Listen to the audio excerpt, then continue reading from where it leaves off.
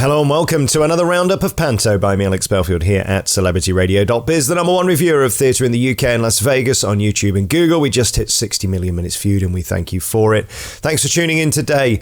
Looking around the UK, we've been all over, from Red Hill up to Darlington and Newcastle. We've been across to Crewe and Bridlington and most other places in between. Of course, many will cry, well, you haven't been everywhere, so how can you talk about everything? Well, that's like saying I haven't eaten in every McDonald's to know how a burger tastes. What we have done is visited every major production company in the UK. We've made every attempt to work with everyone this year, and it's been a revelation. What is most interesting to us is that the biggest have some of the worst and some of the smallest have the best. Let me explain.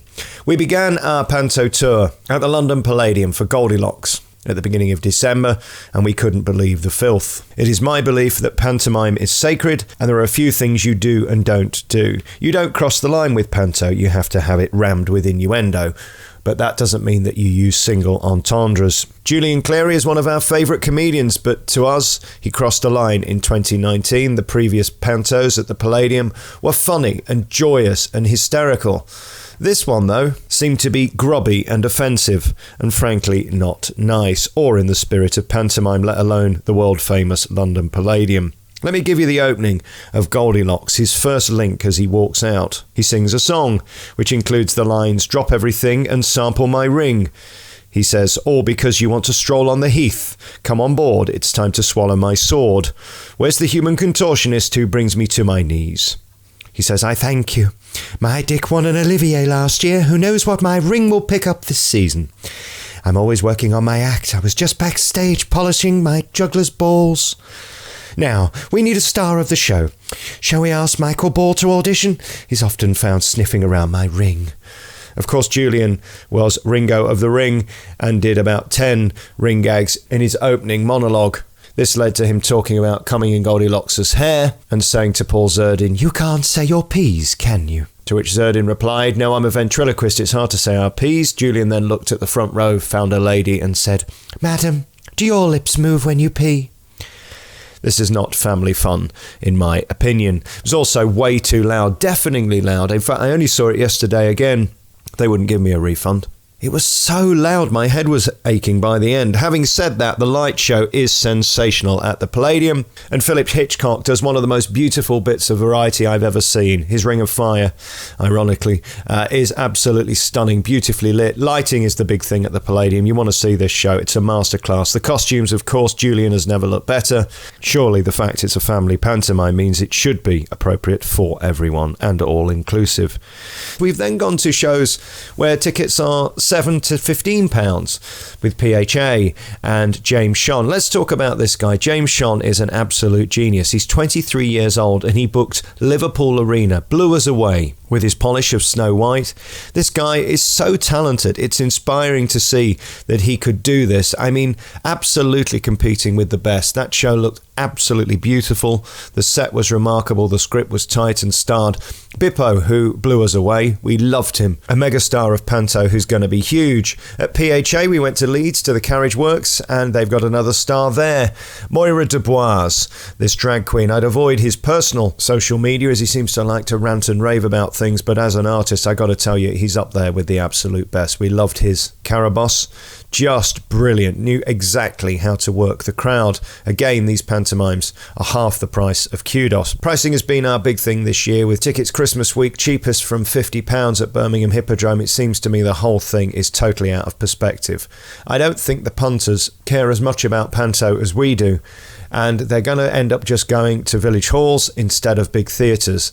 And lest we forget, if theatres lose panto, they're screwed. Something like 20% of their annual income comes in December through panto.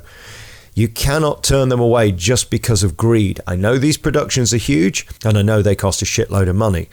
But as Michael Harrison and Nick Thomas bragged, they made 50 million last year. Did they need to make 50 million should be the question. From the narcissism, ego and contempt of kudos down to the bottom end of Joe Purdy. We had a run-in with him at the beginning of the season. At the end of this, listen to our exclusive interview with Nick Newbold. Joe Purdy continually books venues, can't put on productions, cancels shows, and then blames the punters. He's done it again. So basically, on the eve of the show, he hadn't got a costume for Cinderella, he was missing a microphone, and put all this on social media, by the way. The guy's a complete moron to put this in the public domain so people like me can pick up on it. But we did an exclusive interview with Nick, who had to leave the production because it was such a mess in Bolton and Victoria Halls. Most shows seem to be cancelled. You can see an exclusive interview with Nick at the end of this. Just listen to the other end of the scale. I mean, say what you like about Nick and Michael at Kudos. At least they pay people and turn up on time. This Joe Purdy is highly dangerous, and I recommend anybody should listen to that interview who is considering working for him or having anything to do with him. Just yesterday, Joe claims because somebody hacked his ticket system to get free tickets for Jack in the Beanstalk at Easter, he was cancelling the whole production. He somehow claims it by the fact that 200 seats that were empty, by the way, we've seen the grids, the 200 seats were given away. He's cancelling the whole thing. It makes no sense. Of course, it's because it's a flop and nobody had booked. And we can say that in good faith because the ticket grids are still online and we can see exactly what's happening at Joe Purdy Productions. This guy is, as far as I'm concerned, dangerous. I'd have my day in court to prove it. You just Google him. Look at the endless articles. Do you remember when he said that the Geordie Shore fella, Scotty T with a big penis, he was going to be in Panto, then he couldn't do it, so he had a meet and greet at the end but left him on the poster. So of course the punters were furious. He then denied to The Sun and other people that this was the case. But you can't lie in 2020 because people go on social media and Facebook to out this nonsense. You would not believe how many messages I've had about Joe Purdy. He truly is a disgrace and he's bringing down the name of show business, pantomime, and those who work within the business. It's shameful and he's a disgrace. And we've got our eye on him. Of course, he's blocked us from all social media and all of that. He can do. Don't worry, people send it me anyway. And we encourage you to do that, by the way. If there's anything I need to know, I'm the only one seemingly telling the truth because I buy tickets and therefore buy my opinion. We don't need freebies from Kudos. We just go and buy a ticket and tell the truth. You can email me at alex@alexbelfield.co.uk, ALEXBELFIELD for the heart of thinking.co.uk. You can follow me on Twitter at Celebrity Radio or at Facebook, The Alex Belfield, and we'd love to hear from you. Any producers who want to work with us next year, by the way, we can plaster Google and YouTube for you. We make 3 videos, it comes up the top, page 1 of Google, nobody will beat us. We just hit 60 million minutes viewed on YouTube. I'm up till 4 a.m. every morning editing this stuff, and we'd love to work with you next year. All you need to do is cover our production costs and our travel, and we will be there in 2020 for you. Be delighted to do so. We've seen the light in 2019 and seen what is going on with pantomime and how it's become contemptuous. We're going to talk about Crew in a moment, the most laughable set I've ever seen by Kudos, and it's not just there. They were up to shenanigans in Northampton where they got the chandelier in the kitchen because they just don't care. In Darlington, one of the worst shows we've ever seen. Glasgow SEC, a complete disaster. And they continue to put these 6-foot actors on their knees because they don't want to hire dwarves who say they're available and want to do the work. It's the only minority left, I think. The only disability where you're allowed to sort of make fun of them and do you raise me up jokes and all of this. I think it's disgraceful and it's cheap, and we will continue to bang the drum for dwarves to get work in Snow White. What's interesting with some of the other producers, some are using dogs, some are using cartoon head masks. I'll go with any of this if you can't afford them. Kudos can't claim not to be able to afford dwarves when they're making £50 million. So as far as I'm concerned, they're Bradford production, Glasgow production, Wimbledon production, all using these full-length actors on their knees who are cheap. And we've talked about how much actors get paid in Panto. It is a disgrace. £500 to £600-700 a week is really an insult for how hard they work, especially compared to the hundreds of thousands that some of these stars are getting. You can hear about that in my exclusive interview with Hayden Parker, by the way. We've put that at the end from the Panto podcast. Apparently it's his most listened to podcast ever this year, and we thank you very much for it. It's still number 1 on his channel, and I'm glad that you're interested in what I'm interested in. Say what you like about me, but at least I'm passionate.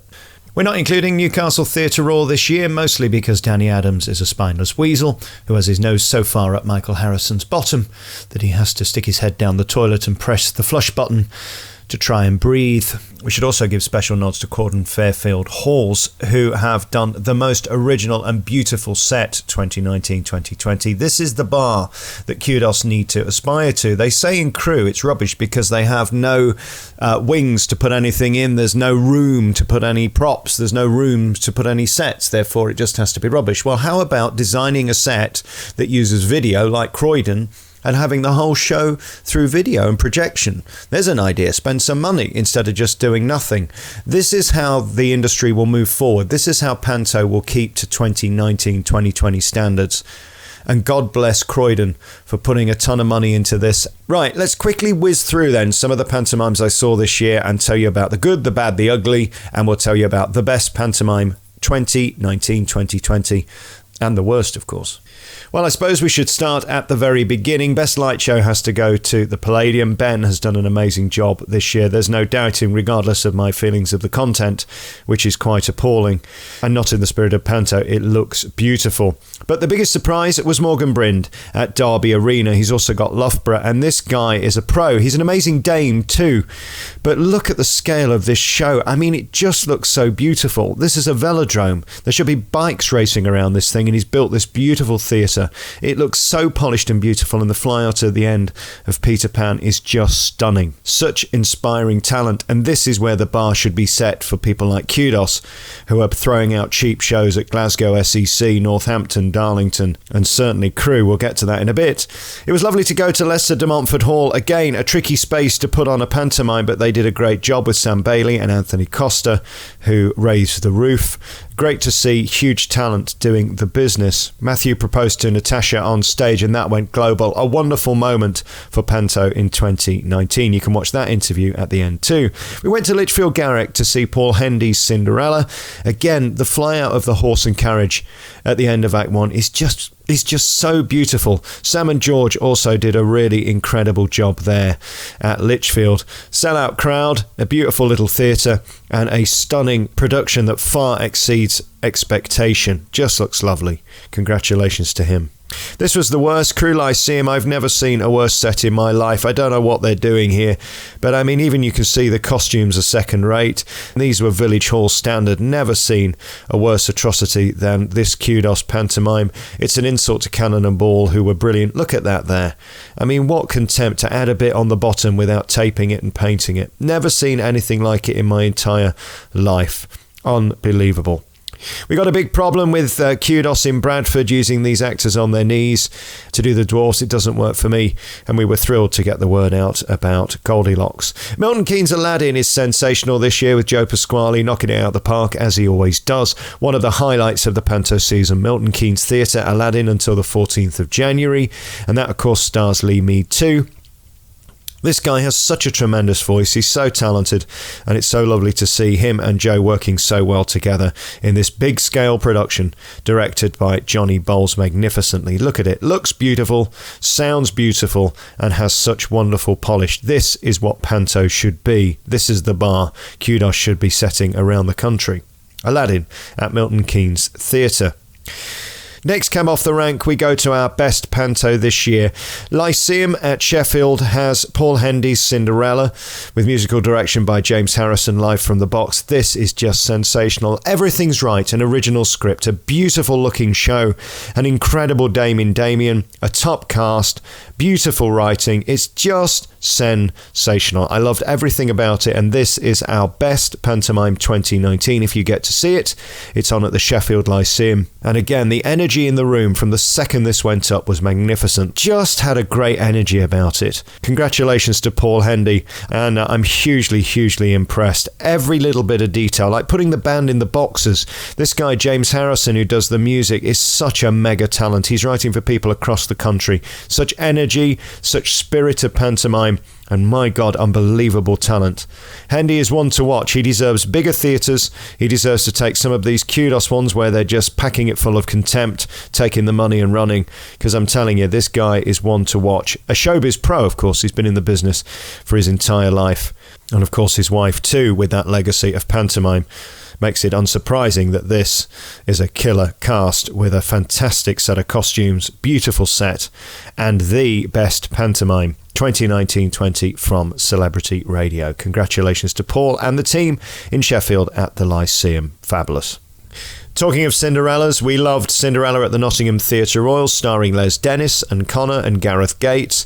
This was a mixed bag, really. Some worked and some didn't within this panto, but the big standout star was the brilliant Richard Cadell and Sutty. My God, what a talent this guy is. Just lives the spirit of panto within his bones, and he's such an amazing turn. Richard Cadell, one of our favourite stars of the 2019-2020 season at the Nottingham Theatre Royal with Cinderella. It is amazing how these kudos pantos live up to and disappoint in equal measure. It's been more obvious to me this season than ever that some they just don't care about and others they do. When you see one of those special effects, Wolverhampton, for example, was incredible with Sue Pollard. They had the beautiful Twins FX effect. They had Sue just belting it out. The set looked beautiful, that old FFE set. They wouldn't let us film it there because of the kids, but that's going in-house next year, so you can see the new pantomime by the Wolverhampton Grand. Kudos have lost Liverpool and Wolverhampton, so it's going to be an interesting year for them. I predict they're going to lose even more. And as I said, Sleeping Beauty by PHA, Paul Holman Associates. He had a tiny theatre, but my God, big in spirit. Some of the biggest laughs of the season. One of our best, Sleeping Beauty at the Carriage Works in Leeds, starring Moira Dubois, who we loved. Fantastic talent there at Leeds. Perfect Dame. So there you go. There's a few ideas of what we loved and didn't love this year in panto.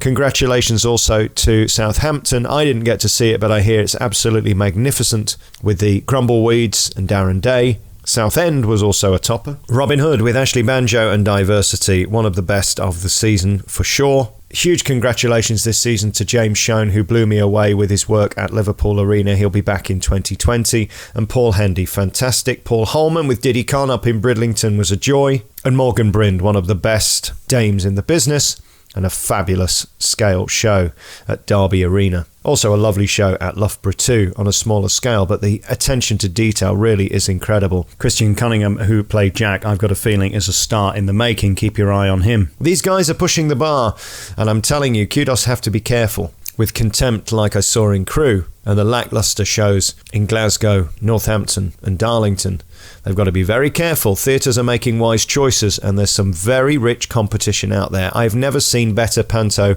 in my life than I've seen this year. I've never seen more ambition and bigger budgets being put into wowing audiences. Congratulations to everyone who's got through another season. If you're still in the mid-run, keep going, only 2 shows a day until March. And thank you to everybody who showed us kindness and hospitality this year. If you'd like to work with us in 2020, 2021, we'd love to come and see your show. Film or your cast, film the walk down, plaster Google, we'll even do your review too. Let us know. alex@alexbelfield.co.uk, alex@alexbelfield.co.uk. Book us in, we'll clear a day and come down and see and promote your panto and get you talked about on social media and top Google and YouTube too. You've been listening to another roundup of Panto by me, Alex Belfield, here at celebrityradio.biz. We just hit 60 million minutes viewed on YouTube. We're the #1 reviewer of theatre in the UK and Las Vegas. As much as this pisses Michael Harrison off, what a classy turn him and Nick are. They love Panto and money. See you next year. Tra.